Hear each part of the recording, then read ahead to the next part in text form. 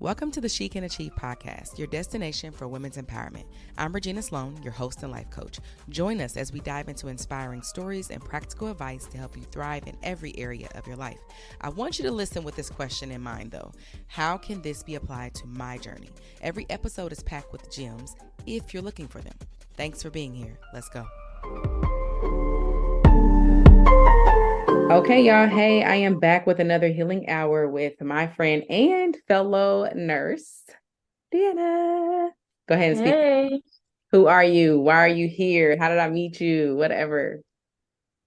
All right. So my name's Deanna. I'm from Maryland, and I met Regina in a mom's group on Facebook.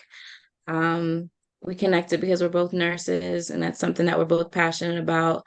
So that kind of started our relationship, and of course that we're both moms. So we have a lot of different things in common. We're both trying to start, doing more with our lives outside of nursing and kids, and just finding ourselves again. So um, that's what we connect with. And I am an author. I'm lic- a licensed life insurance agent, a nurse, a mom, and I was Dina before all of this.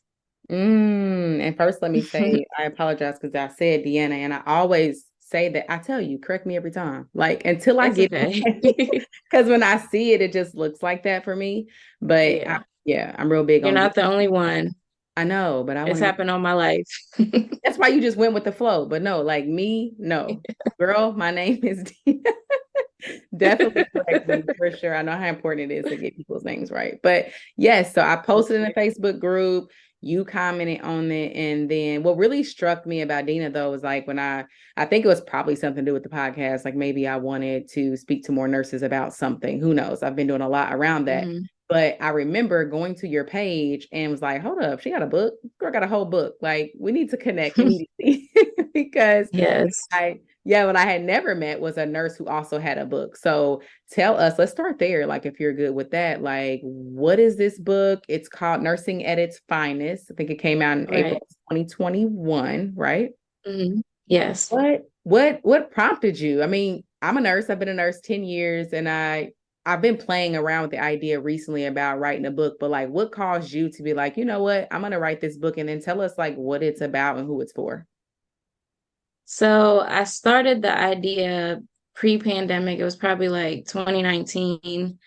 Um, Actually, it might have been before that. It might have been like more like 2017. I remember my boyfriend and his mom, we talking about nursing, and she's really like, even though she's not in the medical field, she knows a lot.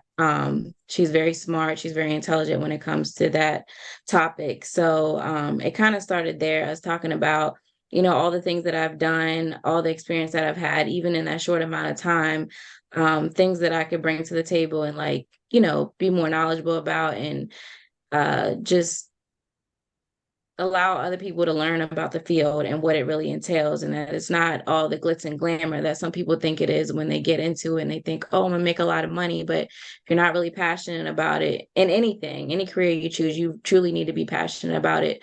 Otherwise, it's, you're gonna be miserable. Because you're gonna have a lot of bad days in nursing, but you got to remember why you came into the field in the first place. So that's kind of what always brought me back to reality.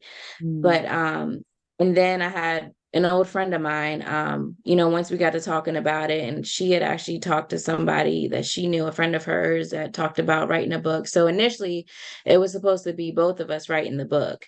But then it ended up just being me because I just kind of started, writing stuff in a notebook, ideas of what I wanted to talk about. And it started from there. And I was kind of procrastinating with it for a while. Like I would write a little bit and then I would wait a few months and I get back to it. And then finally, when I had my daughter back in 2018, I had 3 months off of work. So I'm like, well, while I'm off, let me try to, work on that and get some stuff done. So I kind of just made a plan how much I would focus on writing each week. And then I still slowed up with that again. And then it was right at the pandemic. I was like, you know what? I need to hurry up and like finish this.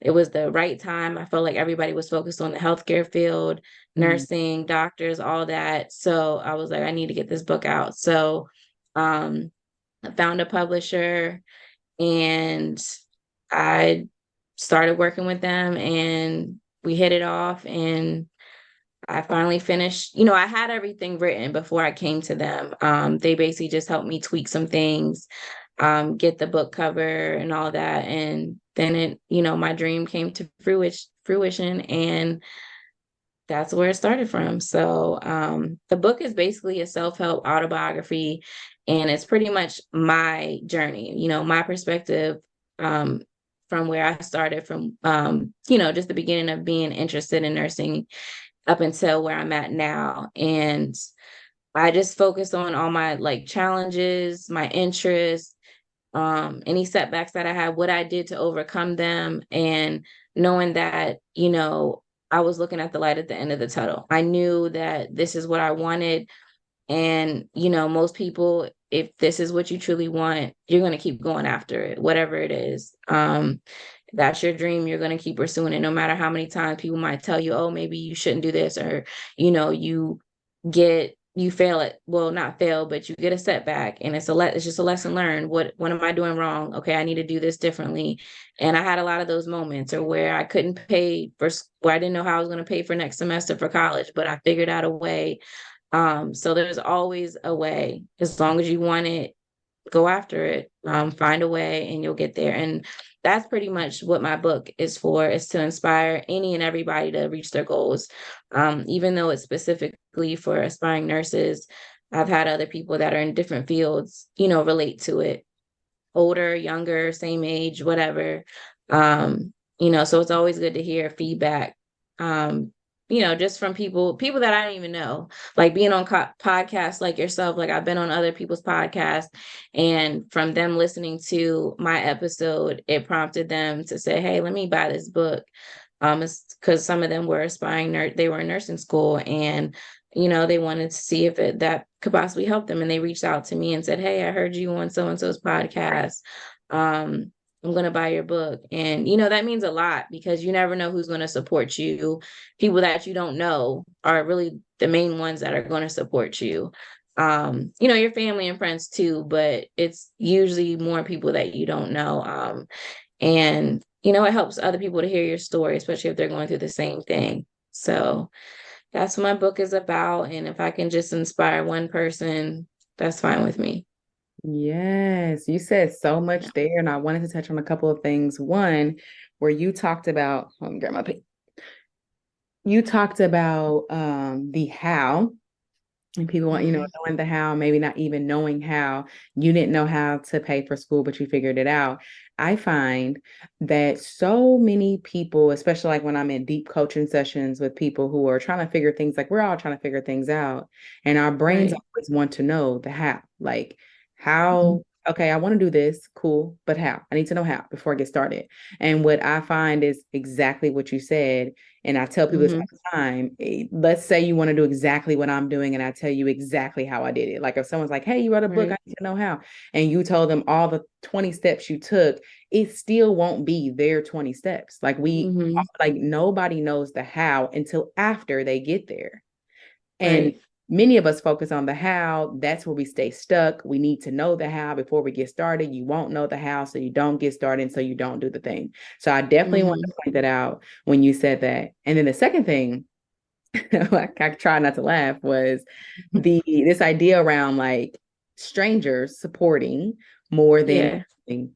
That is so true. And I've done a lot of like just listening to what people think about that, or the people who have really what you deem successful, like they've reached like higher heights, and what that is about. And I would love to know what you think of it. But for me, and what I've kind of experienced myself, and then what I've seen watching other people, is that the people that grew up with you or your family, or they always know you as one person. Like this is who Right. you are to them, and that's how they treat you accordingly. And Mm-hmm. although they it's nothing, it's no shots against you or anything like that, but it's actually comfortable to them too for you to remain this Mm-hmm. person. And when you start going out, somebody, you writing a book, you're doing this, you're doing that, like that can make a lot of people in your inner circle uncomfortable because it causes them to look at themselves and like, Right. hey, should I be doing something? Or, oh, she thinks she better, like all these things that come up that Mm-hmm. is just a natural part of, how it goes. And then the other part is just like, I had two things that came up for me. One was that, what was the other thing? I'll think about it. Tell me what you think about like the reason why like families may be the last to support you in something. I think, like you said, they look at like they know you. Oh, like they feel like, or maybe if they repost your post, they think that that's supporting. Um, I just, I guess, like for instance, I can say like with the life insurance thing. They always say when you start that, you always start with people that you know, Mm-hmm. and then you go to people that you don't know, and it's like something like that that's so important. You'd be surprised how a lot of people won't do it. And initially I felt the same way, like, I'm young, I don't need that. But it doesn't matter how old you are, you never know when it's your time. So it's Mm-hmm. always good. And as we know, as nurses, it's always good to put that in place, put that motion in place. And actually a coworker of mine earlier today, her dad actually passed away like unexpectedly about 2 weeks ago. And so we had a conversation earlier because I reached out to her while she was out, because she was actually already on PTO, but then during that time, that's when it happened. And she took extra time for bereavement. And she just wanted to thank me for, reaching out um, during that time. And she was just giving me her advice, like, please just make sure that you talk to your family members and your loved ones about their wishes, Mm-hmm. because her and her mom are going through a lot of like stuff, paperwork, bills, this and that was in her dad's name, that now they have to figure out what they're going to do, how they're going to deal with it. And she was saying that her husband hadn't had to deal with this when, something like this happened to his family. It was all situated already. So it got me thinking, like, even me, like, I need to let my family know what exactly do I want. Like, she's like, we didn't really know, did he want to be cremated or actually have a funeral? But they just did what they thought that he would want. They just went ahead and had a funeral, but they didn't really know what he wanted. So I just feel like in that aspect, like family, they feel a little too comfortable, like you said. So when I talk to a lot of family members about life insurance, um, they would, they would do the conversation with me, but they wouldn't go through with it. And sometimes it's because of personal reasons. They might not want you to be on their business. And I get it. Because I've been like that with, like, when me and my boyfriend bought our house, we went with another realtor, and my brother-in-law is actually a realtor. And it wasn't nothing against him. It was just sometimes you don't want some family and friends in your business, like financial business, all the time. Sometimes you'd rather go with a stranger, just like with therapy. It's Sure. easier to talk to a stranger than it is to talk to somebody that you know, because they might be biased, judgmental, and it might not be 100%, effective. Mm. So I guess that's why sometimes your family won't support you in your businesses. They just feel like, oh, that's so and so, that's fine. Like, they rather go buy, I don't know, go to Under Armour or something, buy $100 sweatpants than to buy something that's $20, or, more beneficial than that. So yeah, I just think that's what it is. When you know somebody, you just feel like, oh girl, like you're like, oh yeah, girl, yeah, you're doing it. Uh-huh. But it's like, okay, are you gonna, because there's some people in my family that, I thought would support me with the book, and they didn't. And Mm. these are people that I, was really close with growing up, cousins and stuff. I mean, for the most part, I had a lot of family and friends support me, but there were certain ones that I'm like, okay, like Yeah. that's kind of messed up, but it is what it is. You can't take it personal. You just have to keep, going out there and doing your thing, because you can't always expect what the next person is going to do. And that's what I've had to learn, as I've gotten older, especially with people that I'm no longer friends with. Like, you can't expect you out of somebody else. Mm. Absolutely. Yeah. Yeah, So, yeah. I love that. And the beauty of it is that there's millions, billions of people, right, that will support. And so not that it's families to me, not that it's their responsibility. It's just always, very right. interesting to say the least Mm-hmm. about it. And I always try to like also check myself when family is doing something new. And for me, when I think about it, like in times past, where maybe a family member was doing something and maybe I didn't support, or maybe I didn't take it seriously. I think kind of like very close to comfort and not really taking it serious, like that this person's really doing this. I know that I've done that Yeah. myself. So Mm-hmm. definitely had to check myself on that. You said a few things. I know you're into life insurance. And really my thoughts go out to that woman you were speaking of, because it really reminds me of what I see all the time, especially in the ICU. I mean, unfortunately, a lot of people don't make it. They get there, they Right. cope with all kind of stuff happen. And the hardest part, even the hardest is like when they're on that line of, we know they're going to pass, there is no turning, Mm-hmm. and it being on that family member, which is usually a spouse or an oldest child or children all together. You got 4 or 5 kids, to have to make Right. the decision like, hey, this patient, mom, dad, they're on a ventilator. What would they want? Because at this point, we can't Mm-hmm. take them off of that breathing machine. So we either Right. take them off and let them pass comfortably, or they get a trach, they get pegged, and they live Mm-hmm. like that forever in their vegetable state. Like, what do you Right. do? And that's like the hardest decision for somebody to make when they don't know what that person wanted. So I see night and day when I have my families come in. They're like, oh yeah, mom already said she never wants to be on that thing. Let's Mm-hmm. give it a day. Let's get, of course there's more details in it, but like they come in, they're confident, and it's not, it's like above them, right? Like, this is not even my thing.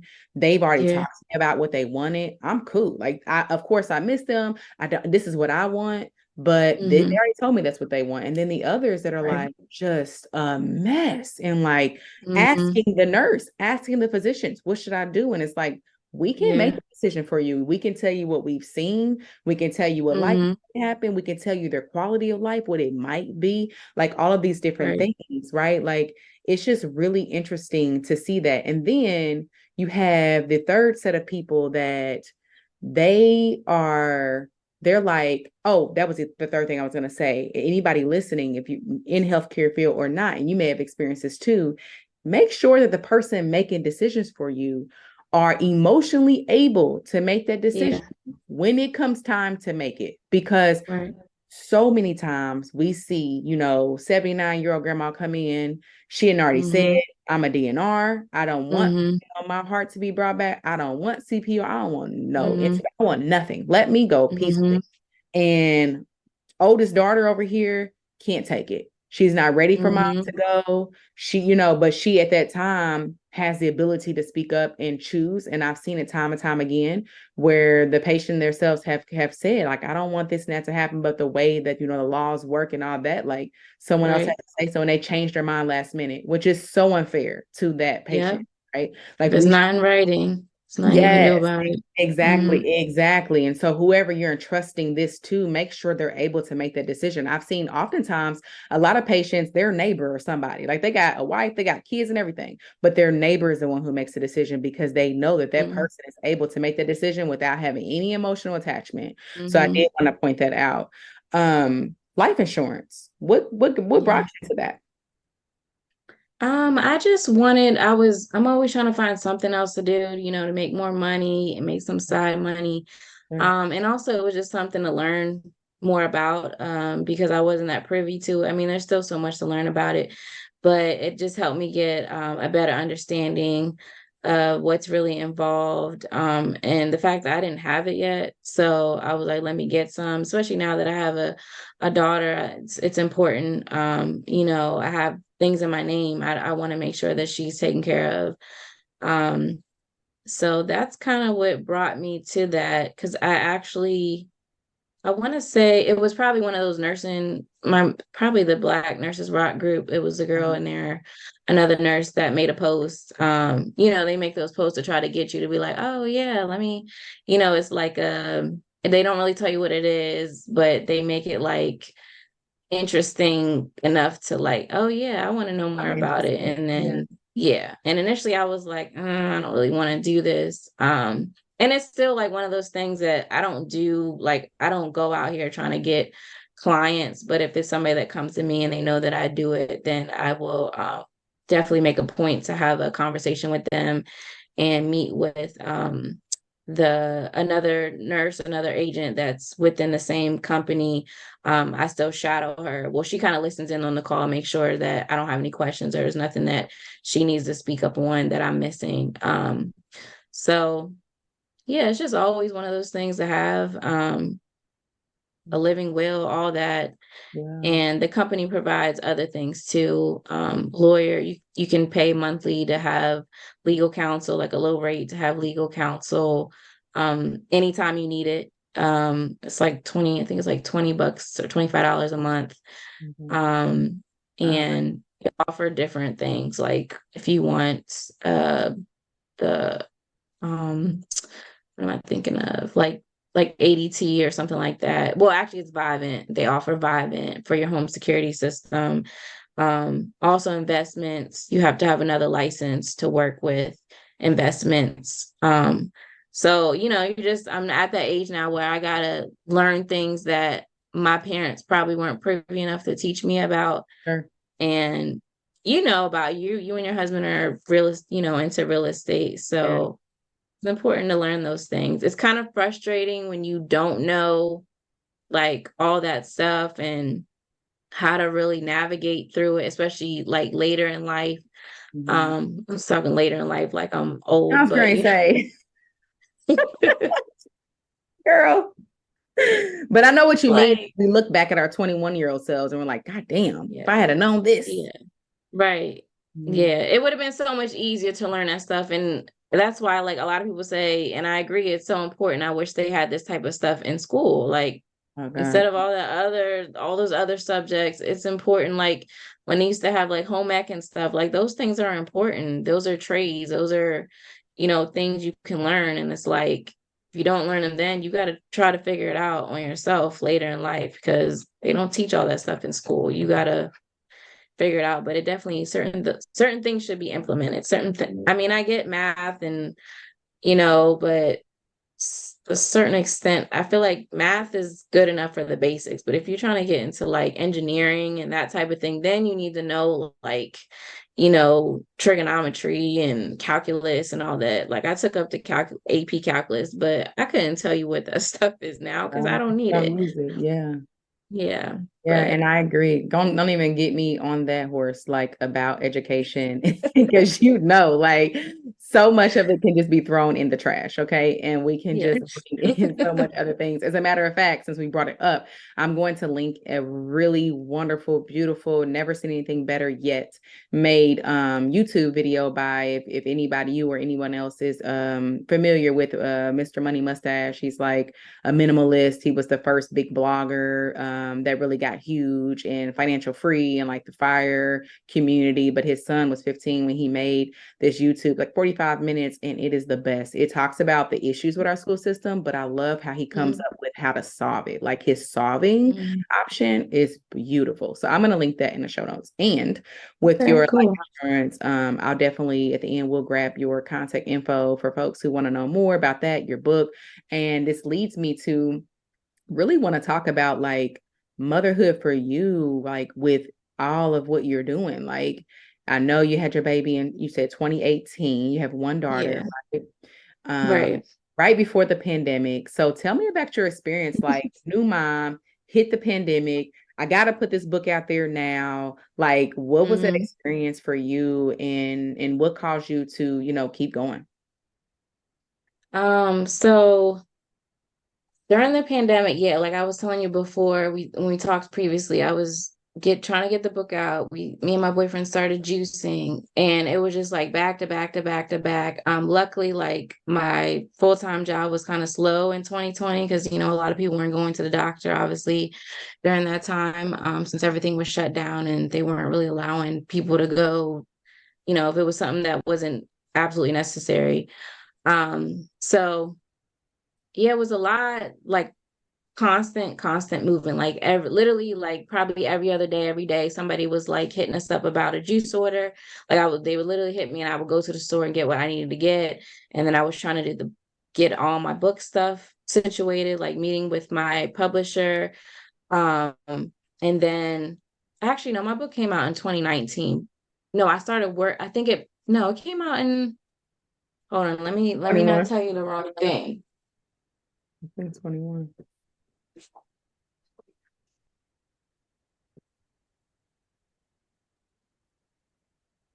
It came out in 2020. That's right. Because I was just thinking I wanted to have a book reveal, a party, but it couldn't happen because it was 2020. You're right. So In 2019, 2019 is when I was working with the publisher to get it together and get it out there. But 2020 is when it got put out there officially. So I was doing all that in 2020, the juicing the book, taking care of my daughter, full-time job, all the other little things that come with life. So it was pretty hectic, but I was in like go mode. And then that's when I also did the life insurance. I think it was 2021. So it was all like, once I'm motivated and I'm in this constant cycle of,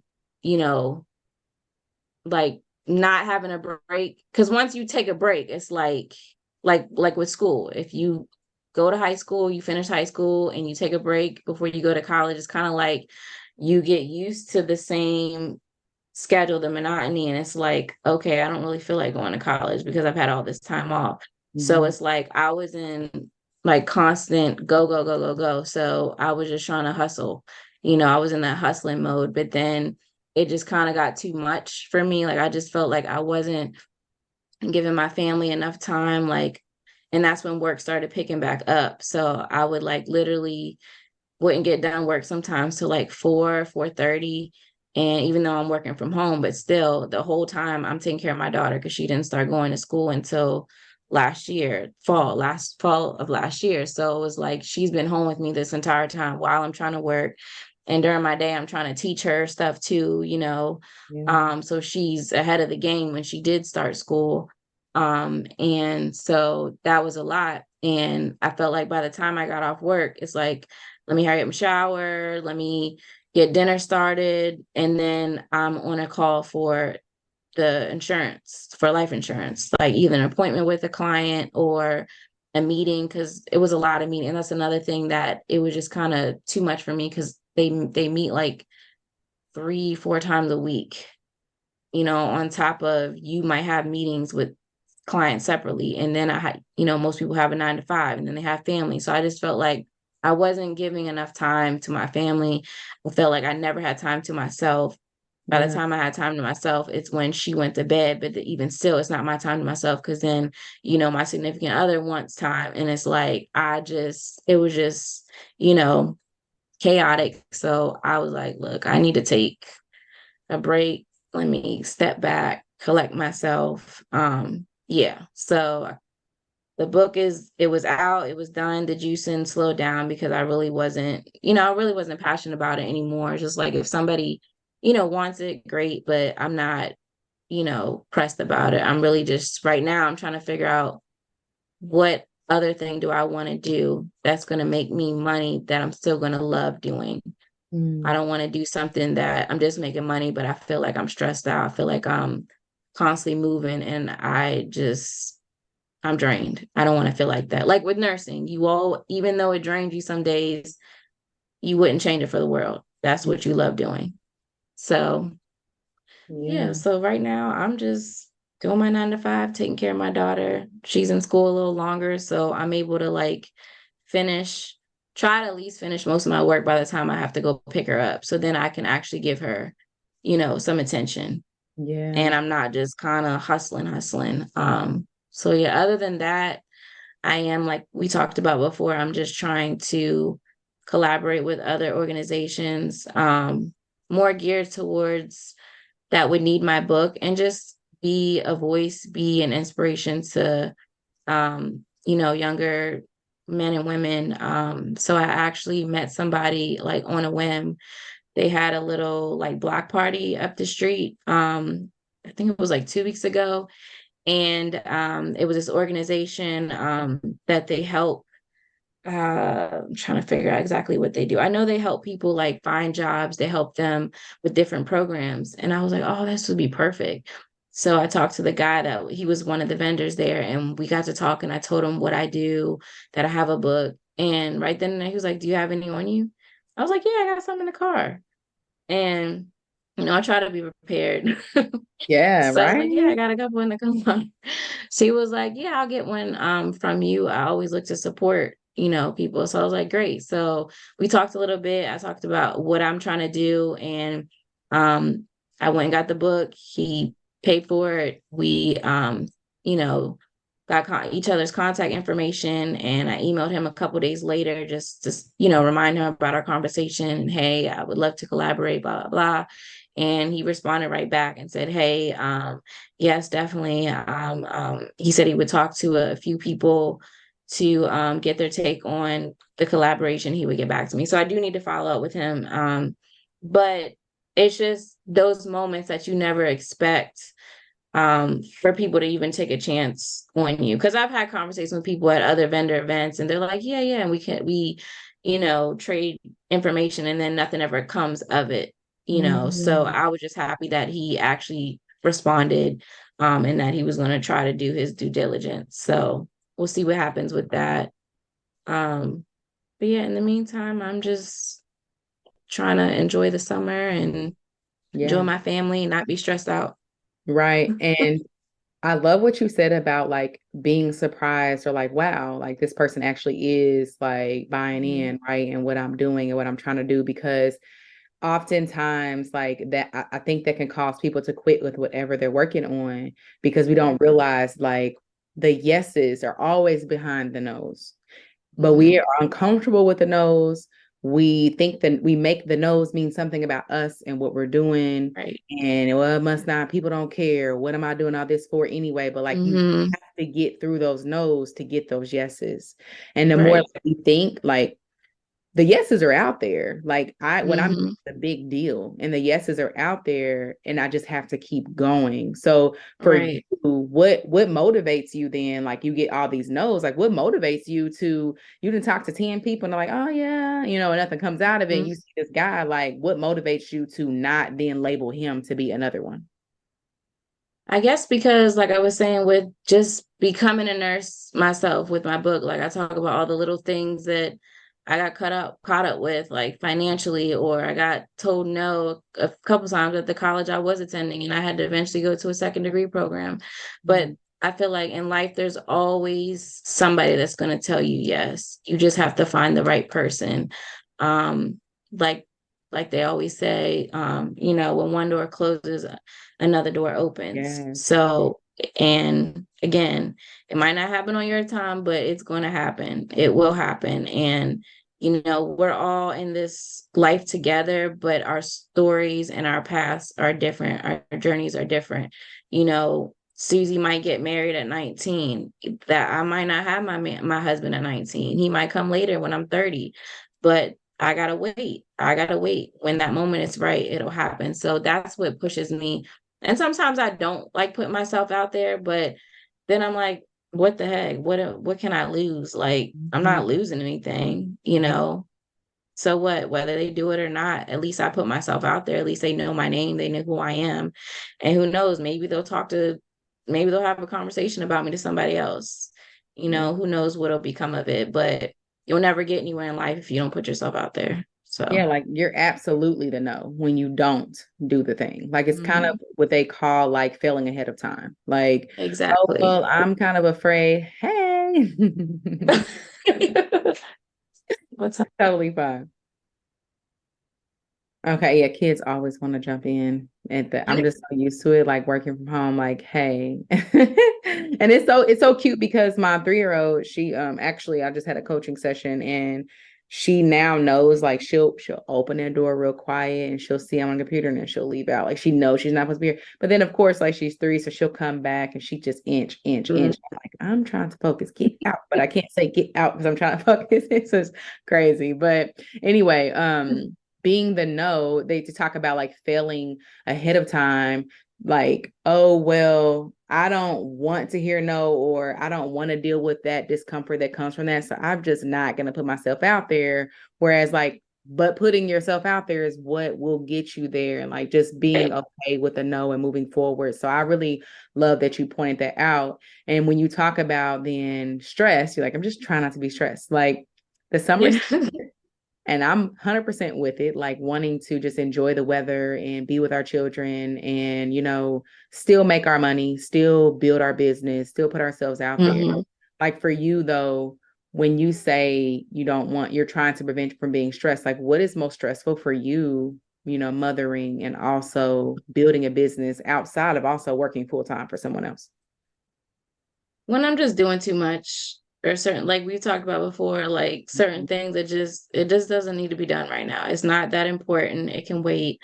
Because it was like for instance, this past weekend I did clean up, but I was gonna clean up the weekend before. But I'm like, the house is really not dirty. I don't need to clean up. Like for Mhm. what?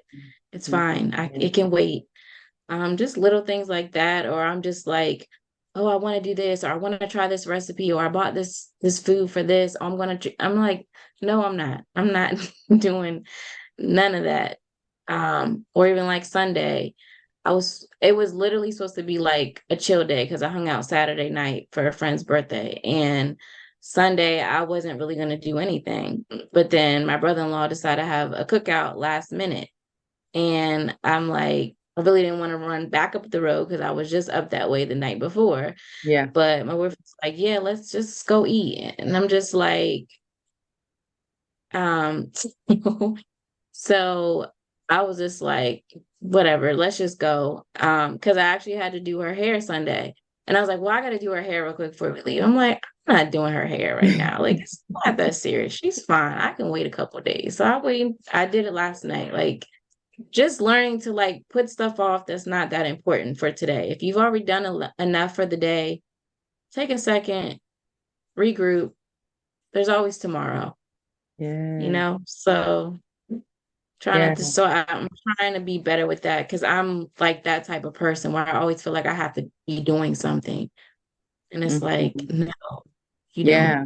I think a lot of that because like, I don't know about for you, but for me, like watching our moms always do something, like the women in our lives, the mothers in our lives. And let's just be honest, like the list of what the fuck to do is never ending. It never Right. ends. And so it was easy for them and for us to do that. Got to get this done, Mm-hmm. and then we still go to bed like, dang, I didn't do that. I didn't do this. Right. You know what I mean? Like it's just endless. So it's like, I love what you said. Like, just prioritizing what needs to be done now and what can be done later. Yeah, Yeah, yeah. exactly. So then when you talk about your business, you're building you're an author, you're getting that book out there. I hear you wanting to collaborate with lots of organizations, and this would be for the youth. Is that what you're geared to? Mm-hmm. For the youth or even people that are, I guess, just trying to find their way, like not necessarily youth, but like even like people in their 20s or even their 30s. Sometimes Okay, people are a little late, sure. at starting their Yeah. careers and what they want to do. So who's ever like just aspiring to be something, somebody, that's my target audience. Yeah. Of course the youth, because they're still in that stage, but like I said, there's also people our age or in their 20s or older that's still trying to figure life out. So Yeah, so whether nursing or not, your book, kind of goes along like obstacles and how to mm, move past those. And you speak from it from your nursing perspective, but you can insert, anything that somebody's trying to do. They can read that and kind of see like, how do I navigate going towards my mhm, goals, but these obstacles keep hitting me. Like, how do I move forward with that? right, exactly. All right, Yep. cool. And we were talking about the nose and Yeah. oh, and it makes you not want to do certain things because I'm losing my train of thought. Can you give Yeah. me 1 second? Yeah, sure. All right. Sorry No about problem. that. Yeah, I wanted to mention that because, we think that it might just happen with us, that it doesn't happen with like people that are, on TV or reality people or superstar singers, producers, whatever. Um, But I don't know if you watched that show Down with the Doricos. It's No, like what that is it? big. It's on TLC. It's a Black family, and they have 14 kids. Oh, wow. They have a bunch of multiples. Yeah. So I really love their. I don't know. I love the show because I just feel like to have that many kids and also to be, people of color, to the way they structure their household and the kids, they're just so smart. They're very intelligent. The mom does, they homeschool the kids, and it's just it's just so inspiring to see that, sometimes we get so focused on, even though you have 4 kids, I have 1 kid. It doesn't matter how many kids you have, it's still going to be a hard job. But to see them have 14 children and for them to be how they are, and they're so sweet, they're so caring, and I just love their family. But and they're hilarious. The kids are so funny. They have so many personalities. But there was an episode where the mom is trying to start her own clothing line, and she sent like she sent like a lot of invites to people because she was going to go live and do this whole thing with her clothing line, have the kids like model and stuff. And she ended up only getting like maybe a small fraction of people actually responding to the invite. And so she got discouraged. And initially her husband's like very OCD about Mhm. like stuff in being in order. So initially, like with the whole thing, he was like, oh my gosh, you got to get this stuff out here. But eventually he was like, I got to bring it back and support my wife. So in that moment, he was supporting her because she was like doubting herself, like, man, maybe I shouldn't even do this Mhm. because only, maybe I need to focus on, like, she was making excuses Yeah. at that moment because she didn't get the amount of people. And that's what we do when we feel like we're not getting the result that we need. We make excuses as to why we shouldn't do it. Yeah. And not realizing that it's not always going to be this positive thing 100 all the time. We're going to have downfalls. There's going to be times where it's not going to be what we think it's going to be. So anyways, he's like sitting there hearing her out, and she's like, well, she was saying all this other stuff, and then all of a sudden she was like, and I only got such and such amount of invites. I mean, people that responded to the invites, and I sent this amount.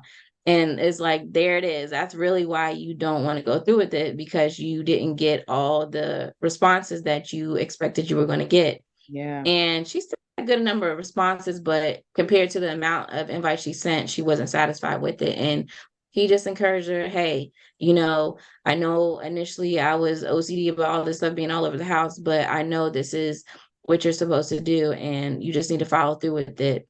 You're good at this.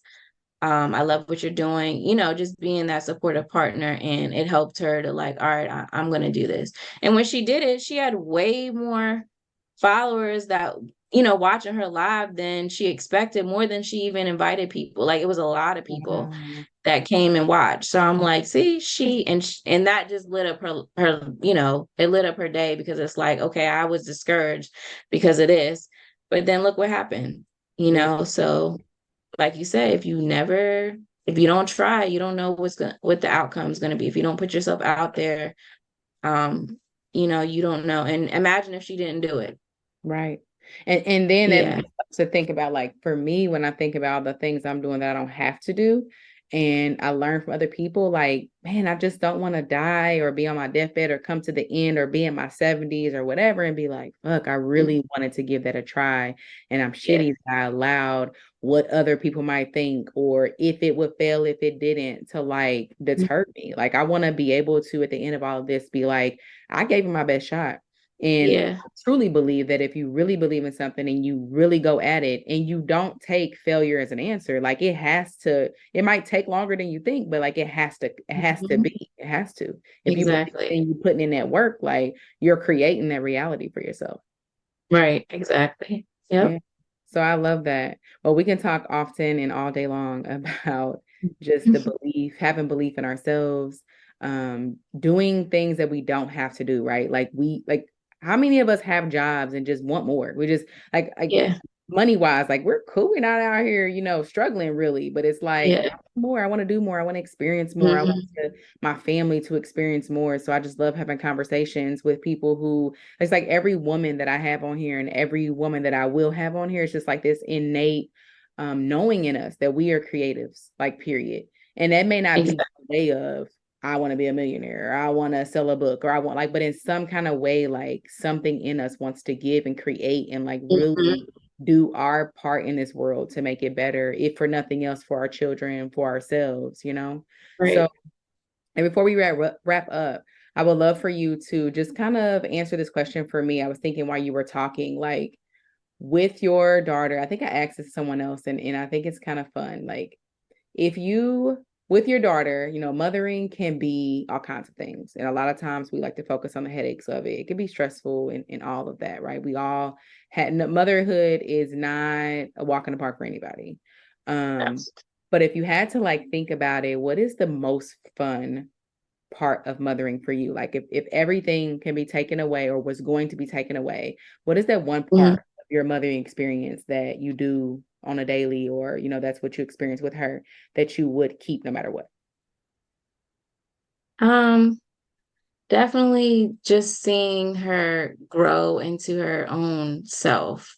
Um, and obviously part of that is her learning her way through life, and Mhm. and also us teaching her certain things. And it's amazing how you don't realize how much you influence them until you see them do the things that Mm, you do. Um, and she's so much like me. It's yes, it's watching ridiculous. everything. Yeah, exactly. So definitely that, just her growing into her own self, having her own personality. I love that. And just the memories, it's you just always got to take time, even when there's days when I don't feel like it. Like last week, we were going on a walk, before bed. Like I like sometimes we'll just walk around the neighborhood real quick, and I told her, because there's literally a small park right behind the back of our house in the middle of the complex, and she always wants to go to the park. She's an outside person, and she always wants to go outside. And I'm just like, okay, I got to let her know we're not going to the park, because she'll ask every time. Like, we're just going to walk around and come back in the house. But then we end up seeing one of my neighbors. Her daughter's a year younger than her, and we were like literally about to walk. They had walked a little further, but then she recognized her from the back. So she goes and runs to her, and then the mom, she turned around and looked at me, and we talked for a little bit because we hadn't seen each other in a little while. And then we end up going to the park. And I said already, I did not want to do Right. that. But I'm just like, whatever.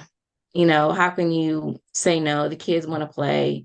I get to sit here and have a conversation with, you know, her Amazing. mom, and it was fine. And I stayed out there longer than I was supposed to. It was past Mhm. her bedtime, everything, but it was fun. It was fine. And they had Amazing. fun.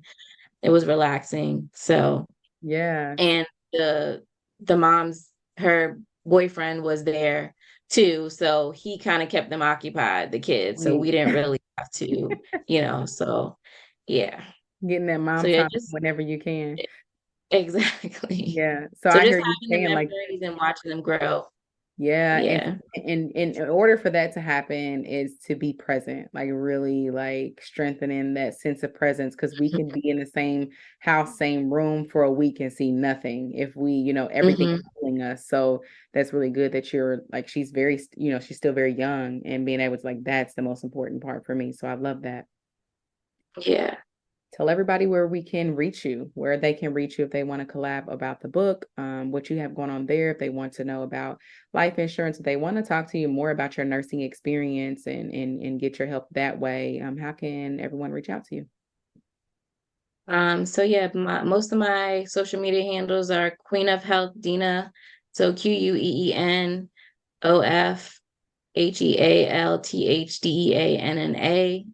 Facebook, Instagram, TikTok, Twitter. I'm not really on there that much, but Queen of Health DM for that. And then of course LinkedIn.